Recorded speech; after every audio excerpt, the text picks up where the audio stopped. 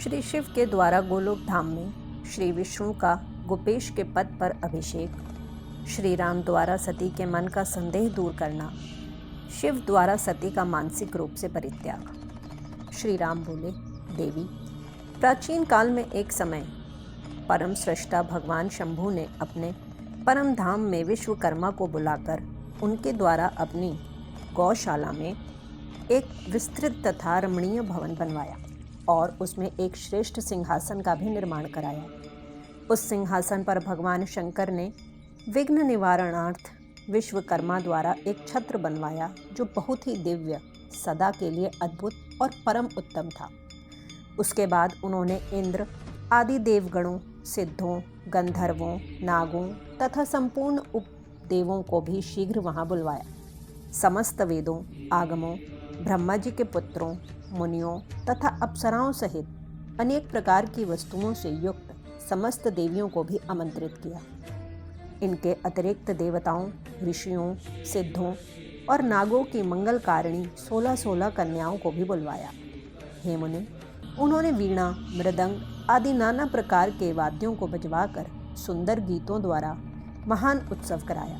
संपूर्ण औषधियों के साथ राज्याभिषेक के योग्य द्रव्य, प्रत्यक्ष तीर्थों के जलों से भरे हुए 5 कलश तथा बहुत सी दिव्य सामग्रियों को भगवान शंकर ने अपने पार्षदों द्वारा मंगवाया और वहां उच्च स्वर से वेद मंत्रों का घोष करवाया। हे देवी, भगवान विष्णु की पूर्ण भक्ति से महेश्वर देव सदा प्रसन्न रहते हैं, इसलिए प्रसन्नचित्त होकर वैकुंठ धाम से श्री हरि को बुलाकर शुभ मुहूर्त में उन्हें श्रेष्ठ सिंहासन पर बैठाकर महादेव जी ने स्वयं ही प्रेम पूर्वक उन्हें सब प्रकार के आभूषणों से विभूषित किया। उनके मस्तक पर मनोहर मुकुट बांधकर और उत्सव मंगलाचार करके महेश्वर ने स्वयं ब्रह्मांड मंडप में श्री हरि का अभिषेक किया और उन्हें अपना वह सारा ऐश्वर्य प्रदान किया जो वे दूसरों को नहीं देते थे। तदनंतर भक्तवत्सल स्वतंत्र शंभु ने श्री हरि का सत्वन किया। तत्पश्चात अपनी पराधीनता, भक्त परवर्षता को सर्वत्र प्रसिद्ध करते हुए लोककर्ता ब्रह्मा जी से कहा। महेश्वर बोले, लोकेश, आज से मेरी आज्ञा के अनुसार ये विष्णु हरि स्वयं मेरे वंदनीय हो गए। इस बात को सभी सुन लें। हे तात, आप संपूर्ण देवता आदि के साथ इन श्री हरि को प्रणाम कीजिए और ये वेद मेरी आज्ञा से मेरी ही तरह इन श्री हरि का वर्णन करें। श्री राम बोले, विष्णु की भक्ति से प्रसन्नचित हुए वरदायक भक्त वत्सल रुद्रदेव ने ऐसा कहकर स्वयं ही गरुड़ ध्वज श्री हरि को प्रणाम किया।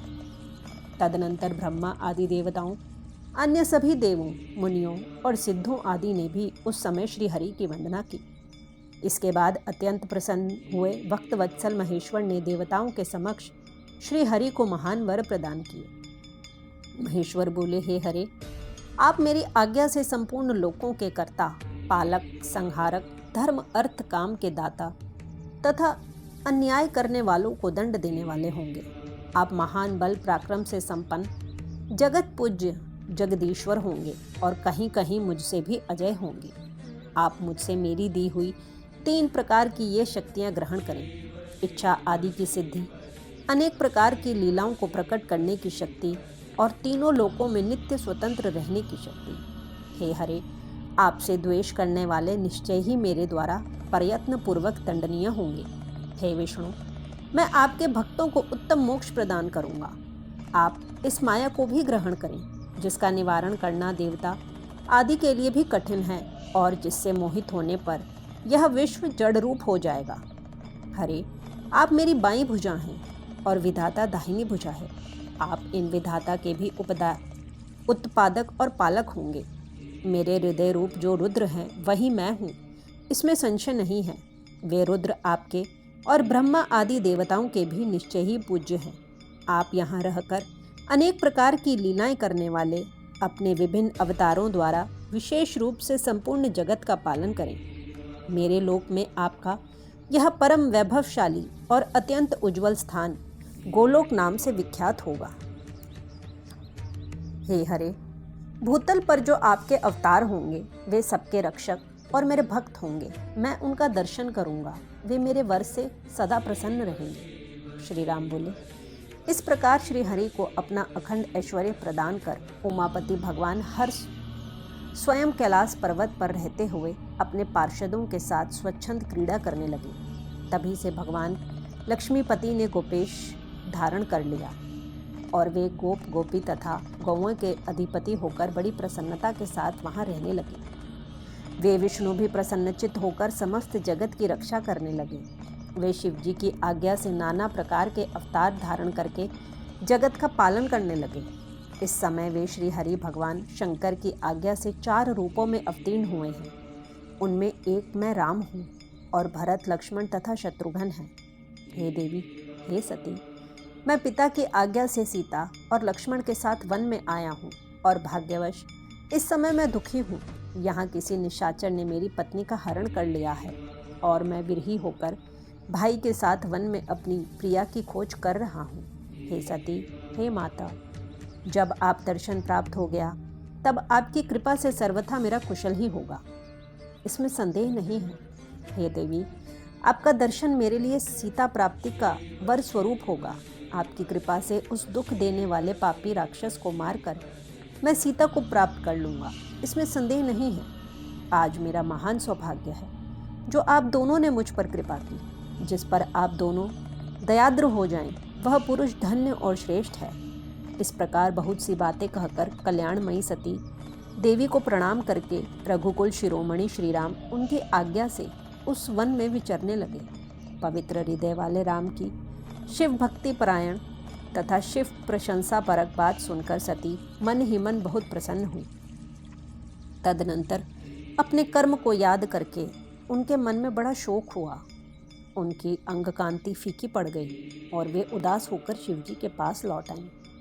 मार्ग में जाती हुई देवी सती बारंबार चिंता करने लगी कि मैंने भगवान शिव की बात नहीं मानी और श्री राम के प्रति कुत्सित बुद्धि कर ली। अब शंकर जी के पास जाकर उन्हें क्या उत्तर दूंगी। इस प्रकार के विचार करने पर उन्हें बहुत पश्चाताप हुआ।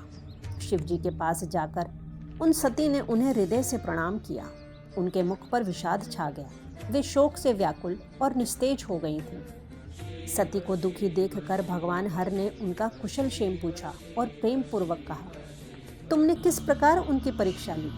शिव जी की यह बात सुनकर, मैंने कोई परीक्षा नहीं ली, ऐसा कहकर वे सती सिर झुकाए शोकाकुल होकर उनके पास खड़ी हो गई। इसके बाद महायोगी तथा अनेक विध लीला करने में प्रवीण भगवान महेश्वर ने मन में ध्यान लगाकर दक्ष पुत्री सती का सारा चरित्र जान लिया।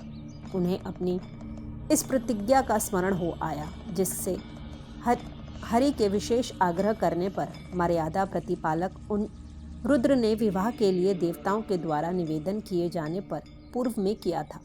उन महाप्रभु के मन में विषाद उत्पन्न हो गया। तब धर्मवक्ता, धर्मकर्ता तथा धर्म रक्षक प्रभु ने अपने मन में कहा। शिवजी बोले, यदि मैं सती से अब पूर्ववत स्नेह करूं तो लोक लीला का अनुसरण करने वाले मुझ शिव की महान प्रतिज्ञा ही नष्ट हो जाएगी। ब्रह्मा जी बोले, इस प्रकार मन में अनेक तरह से विचार कर वेद और धर्म के प्रतिपालक शंकर जी ने हृदय से सती का त्याग कर दिया, किंतु अपनी प्रतिज्ञा को नष्ट नहीं किया। तत्पश्चात परमेश्वर शिव जी मन से सती को त्याग कर अपने कौशल पर्वत की ओर चल दिए। उन प्रभु ने अपने निश्चय को किसी के सामने प्रकट नहीं किया। मार्ग में जाते हुए महेश्वर को, अन्य सबको तथा विशेषकर सती को सुनाते हुए आकाशवाणी हुई। आकाशवाणी बोली, हे परमेश्वर, आप धन्य हैं। इस त्रिलोकी में आपके समान कोई भी नहीं है जिसने आज तक ऐसी प्रतिज्ञा की हो। आप महायोगी तथा महाप्रभु हैं। ब्रह्मा जी बोले, यह आकाशवाणी सुनकर कांति से हीन देवी सती ने शिव से पूछा, हे नाथ, आपने कौन सी प्रतिज्ञा की है। हे परमेश्वर, मुझे बताइए। सती के इस प्रकार पूछने पर भी सबका हित करने वाले प्रभु ने पहले अपने विवाह के विषय में भगवान विष्णु के सामने जो प्रतिज्ञा की थी उसे नहीं बताया।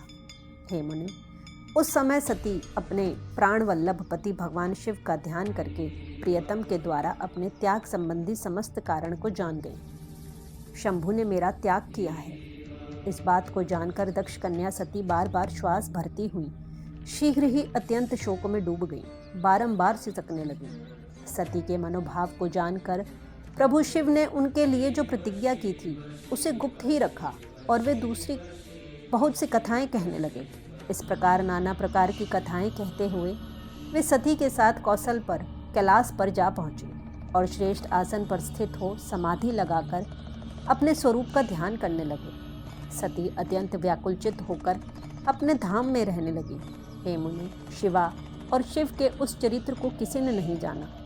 हे महामुनि, इस प्रकार स्वेच्छा से शरीर धारण करके लोक लीला का अनुसरण करने वाले उन दोनों प्रभुओं का बहुत काल व्यतीत हो गया। तत्पश्चात उत्तम लीला करने वाले महादेव जी ने ध्यान तोड़ा। यह जानकर जगदम्बा सती वहां आईं और उन्होंने व्यथित हृदय से शिव को प्रणाम किया। उदार चित्त वाले शंभु ने उन्हें अपने सामने बैठने के लिए आसन दिया और वे बड़े प्रेम से बहुत सी मनोरम कथाएं कहने लगे। उन्होंने वैसी ही लीला करके सती के शोक को तत्काल दूर कर दिया। वे पूर्ववत सुखी हो गईं। फिर भी शिवजी ने अपनी प्रतिज्ञा को नहीं तोड़ा। हे तात, परमेश्वर शिवजी के विषय में यह कोई आश्चर्य की बात नहीं समझनी चाहिए। हे मुनि लोग शिव और शिवा की ऐसी ही कथा कहते हैं। कुछ मूर्ख लोग उन दोनों में वियोग मानते हैं, परंतु उनमें वियोग कैसे संभव है? शिवा और शिव के वास्तविक चरित्र को कौन जान सकता है? वे दोनों सदा अपनी इच्छा से क्रीड़ा करते और भांति भांति की लीलाएं करते हैं। सती और शिव वाणी और अर्थ की भांति एक दूसरे से नित्य संयुक्त हैं। उन दोनों में वियोग होना असंभव है। उनकी इच्छा से ही लीला में वियोग हो सकता है। इस प्रकार श्री शिव महापुराण के अंतर्गत द्वितीय रुद्र संहिता के द्वितीय सती खंड में सती वियोग वर्णन नामक 25वां अध्याय पूर्ण हुआ।